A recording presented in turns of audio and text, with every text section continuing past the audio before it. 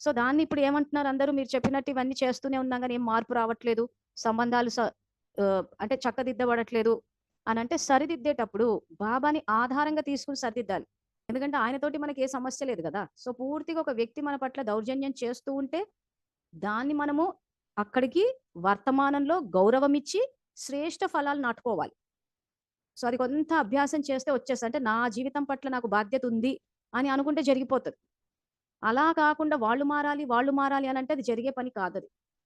ఎందుకంటే అవతల వాళ్ళ ప్రవర్తన ఎలా ఉన్నా గాని, అది నా ముందుకొచ్చేసినప్పుడు నేను వాళ్ళ స్వధర్మాన్ని చూసి గౌరవమిస్తే కొత్త బీజాలన్నీ శ్రేష్టంగా నాటుకుంటాను. శ్రేష్ఠ ఫలాలొస్తాయి. అలా వాళ్ళు మారాలి అన్నప్పుడు వర్తమానంలో శ్రేష్ఠ బీజాలు నాటుకోము. ఏమి నాటుకోకుండా అలా కూర్చొని ఇంక జీవితమే ఒక పెద్ద బంజరు భూమి అయిపోతది.